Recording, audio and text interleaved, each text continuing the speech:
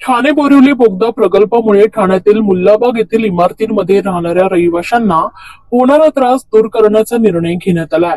ठाणे बोरिवली दरम्यान बनणारा बोगदा मुल्लाबाग ऐवजी सत्यशंकरच्या भिंतीपर्यंत वाढवण्याचा निर्णय घेण्यात आलाय।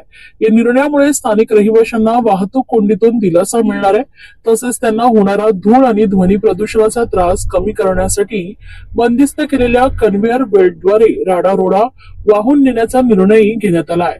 ठाणे बोरिवली बोगद्याच्या कामाला ठाण्यातील घोडबंदर येथील 5 इमारतीमध्ये राहणाऱ्या रहिवाशांनी विरोध केला होता। या कामामुळे वाढलेला धुळीचा त्रास आणि दररोज 300 ते 500 डंपरच्या वाहतुकीमुळे येथील रहिवाशांनी मुल्लाबाग येथील बोगद्याचं काम तत्काळ थांबवण्याची मागणी करत आंदोलन केले होते। रहिवाशांच्या आंदोलनाची दखल घेत खासदार नरेश म्हस्के यांच्या पुढाकाराने उपमुख्यमंत्री एकनाथ शिंदे यांनी या प्रश्नावर सह्याद्री अतिथीगृहात मंगळवारी विशेष बैठक घेतली।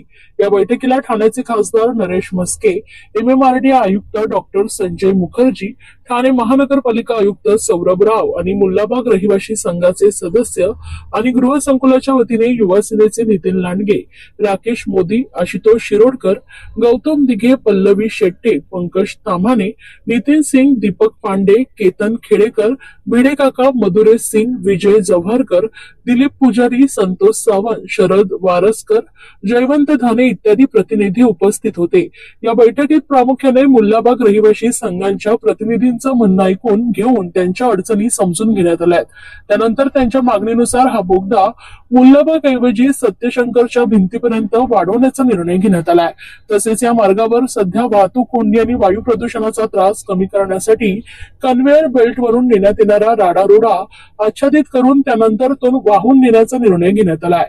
या बेल्टवरून वाहून आणला जाणारा राडारोडा नंतर युनिएपेक्स कंपनीच्या आवारात डंपर आणि टिप्पर मध्ये भरण्यात येईल आणि त्यानंतर तो घोडबंदर मार्गे वाहून दुसरीकडे नेण्यात येईल, असे या बैठकीत निश्चित करण्यात आलंय।